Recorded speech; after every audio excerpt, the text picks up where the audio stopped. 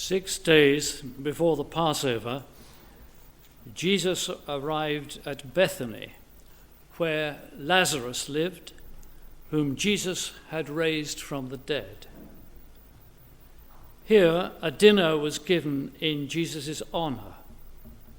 Martha served, while Lazarus was among those reclining at the table with him. Then Mary took a pint of pure nard, an expensive perfume. She poured it on Jesus' feet and wiped his feet with her hair. And the house was filled with the fragrance of the perfume. But one of his disciples, Judas Iscariot, who was later to betray him, objected. Why wasn't this perfume sold and the money given to the poor? It was worth a year's wages. He did not say this because he cared about the poor, but because he was a thief. As keeper of the money bag, he used to help himself to what was put into it. "Leave her alone," Jesus replied. "It was intended that she should save this perfume for the day of my burial.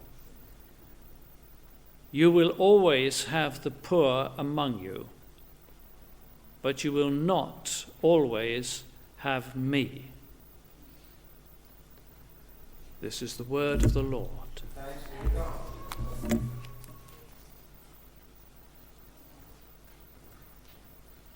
Well, thank you, Richard, for your reading. It's good to be back here with you. Doesn't seem very long since I was here before, but there you are.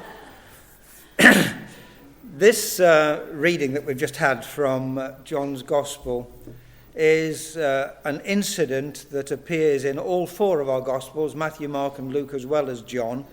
There's some debate about whether there were two similar events that happened during Jesus' life and ministry, but we're not concerned about that at the moment. Clearly, this was something that was remembered as something significant. So let's just sort of get into it and think a bit about the social background. It was customary for guests to be anointed with perfumed oil at parties in well-to-do homes. Now, we don't know how well-to-do Mary and Martha and Lazarus were, because that is the home we're in, the home of Mary, Martha and Lazarus in the village of Bethany, which is just a handful of miles away from Jerusalem, and which Jesus knew well.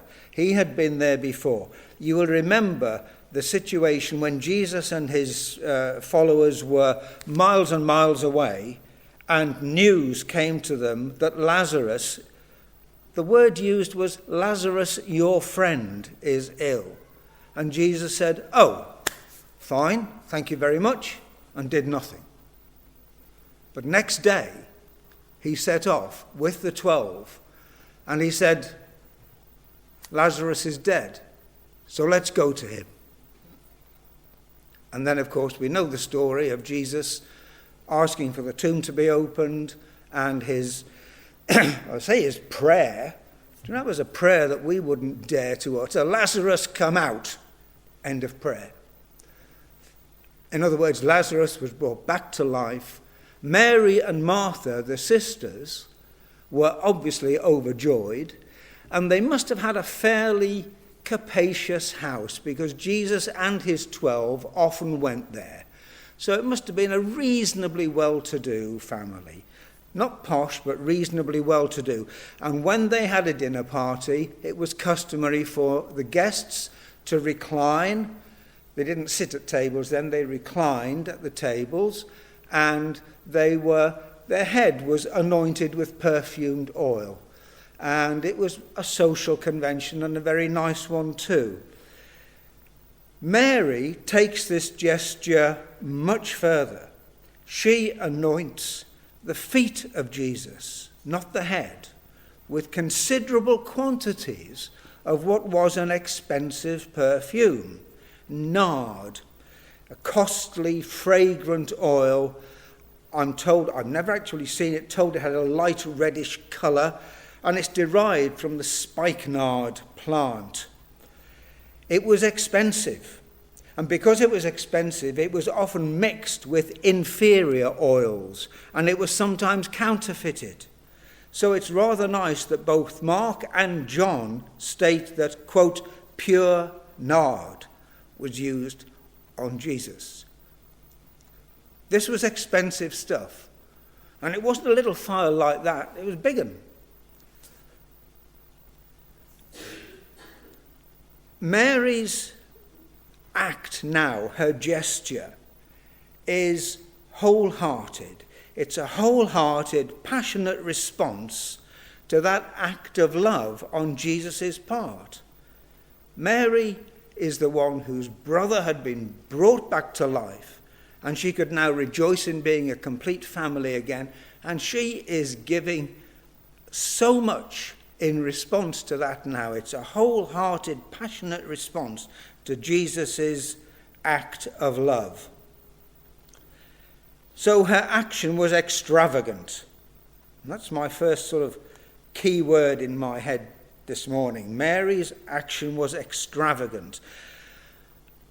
And then I say, how aware am I? How aware are we of God at work in our lives? Maybe not every day, and maybe not every hour of every day, but there have been times when I hope for you, and certainly for me, I have been aware of God doing something in my life. If we are aware of that, ought not our response to God's acts of love for us to be as passionate, as extravagant as Mary's was? I had an interesting conversation just before we came here this morning, part of which was about, we're British. We don't do extravagant things. But maybe we ought to be a little bit more expressive of the faith that governs our lives, of the times when we can rejoice to know that we are God's child, and his grace is part of our enabling through life. Ought our response to be as extravagant as Mary's was? But Mary's action was also prophetic. The wording of what's verse 7 in here, in our reading this morning, is often debated. But certainly there was a forward-lookingness about what happened that day. If you read Mark's Gospel, Mark makes it very clear that Mary was anointing Jesus, and he responded to her by saying, quote, she has anointed my body in advance for burial. It was normal for the body of somebody who had died and had been placed in a stone tomb to be anointed with spices and fragrant oils after they died. Now that never happened to Jesus, because when the women went to the tomb on the Sunday morning with all the spices and the perfume to anoint him, he wasn't there. The resurrection had already happened. So Jesus says, I'm going to be anointed, but I'm going to be anointed in advance for my death and burial. This is a prophetic act. It's pointing forward to the act of anointing which should take place, but in Jesus' case never does. And I can't help being prompted to think that this is another one of the times, and there were several, when Jesus tried to express to his disciples, and Matthew in his gospel says, this he said plainly, just hammering it home, that he was going to be arrested in Jerusalem, tried, executed, and would come back to life. And no matter how often he said it, the disciples never seemed to have got it into their heads. But let's face it, it doesn't happen every day to everyone, does it? So it was something a bit out of the ordinary, a lot out of the ordinary.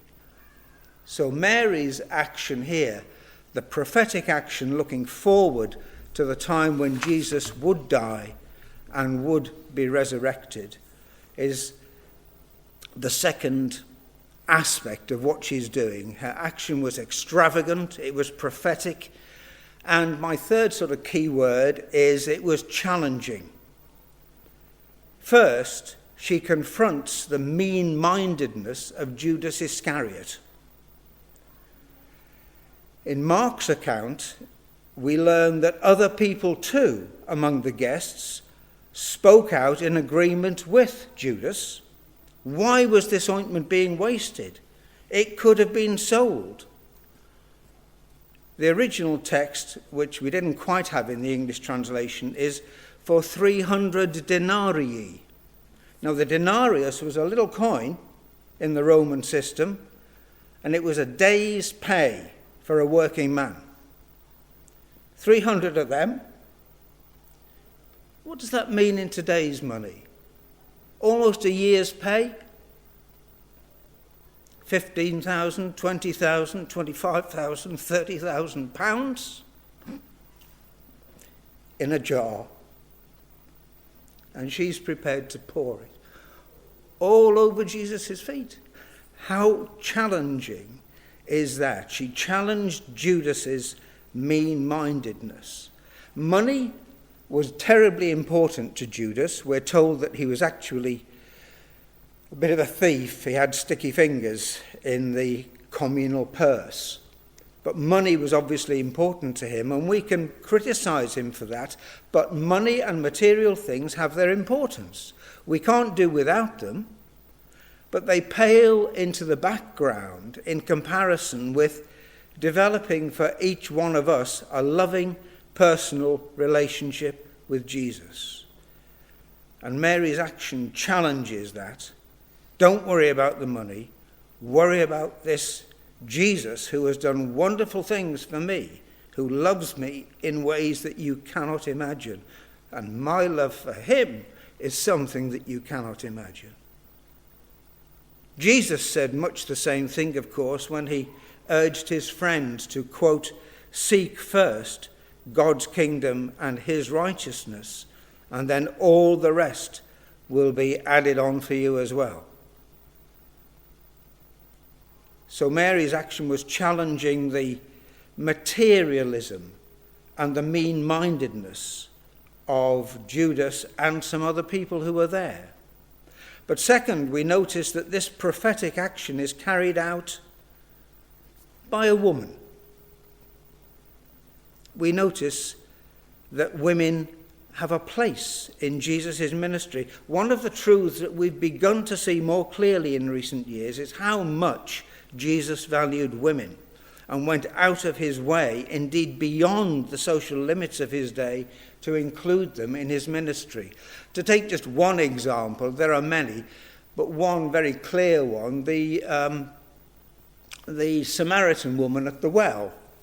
When Jesus is on his own, the disciples have gone off into the nearby town to try and find some food, and Jesus, in the middle of the day, sees a woman at the well come to draw water. A Jewish man alone does not speak to a woman alone.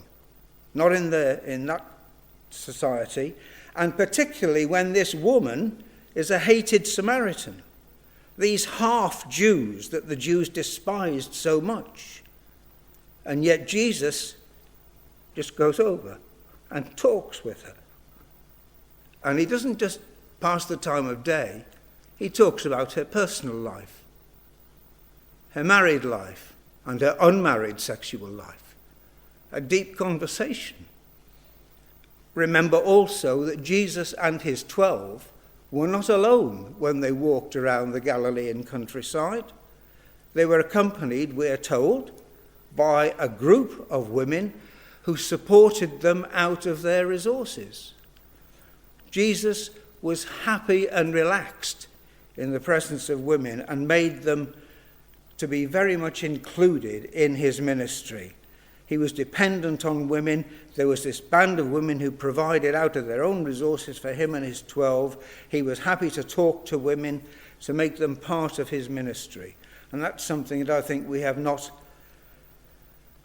yet completely taken into our awareness of how Jesus works in this world.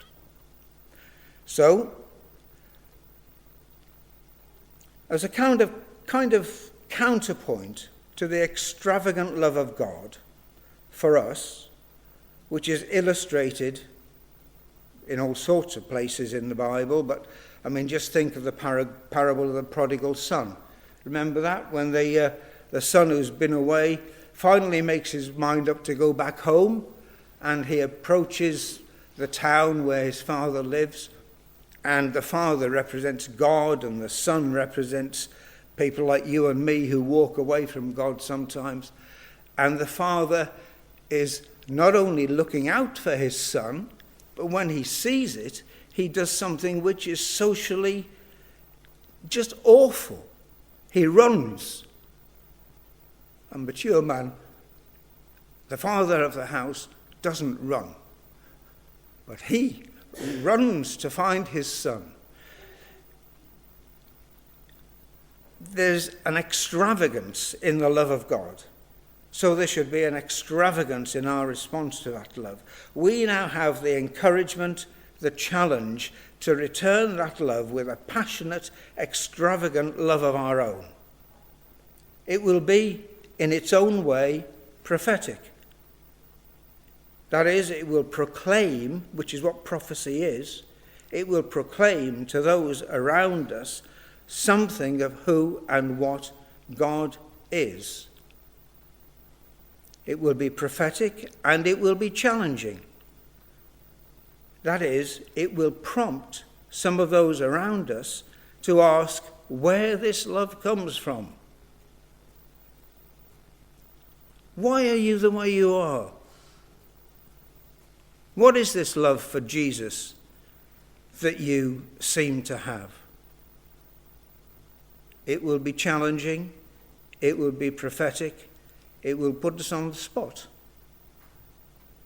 How will you cope with that?